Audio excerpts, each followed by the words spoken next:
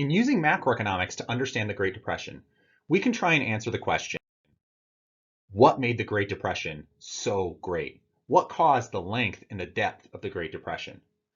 And we can recall back to different macroeconomic theories to ask, well, what should we do once a tough recession hits? We covered lots of different theories in this lecture series. We introduced the ideas of classical, new classical, real business cycle theory, supply-siders, monetarists, modern monetarists, Austrians, fiscal policy Keynesians, monetary policy Keynesians, new Keynesians, all kinds of different theories to go forward. And we thought about, well, okay, what causes a recession and what can we do once we try to escape a recession, right? Once we're in that situation where we have to try and get our way out of a recession, what can we actually do? And there's many different ideas. We could use expansionary monetary policy. We can just let the price system work.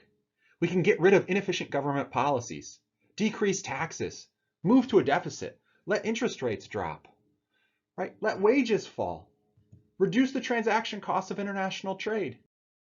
From our many different macroeconomic schools of thought, there are many different policy levers to pull. The policy advice is varied all over the place. We've got all kinds of different things that we could try.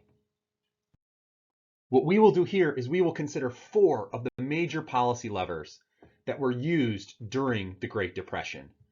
That of monetary policy, trade policy, taxation, and wage and price manipulation. And we'll see how they stack up against our different macroeconomic schools of thought and their policy recommendations.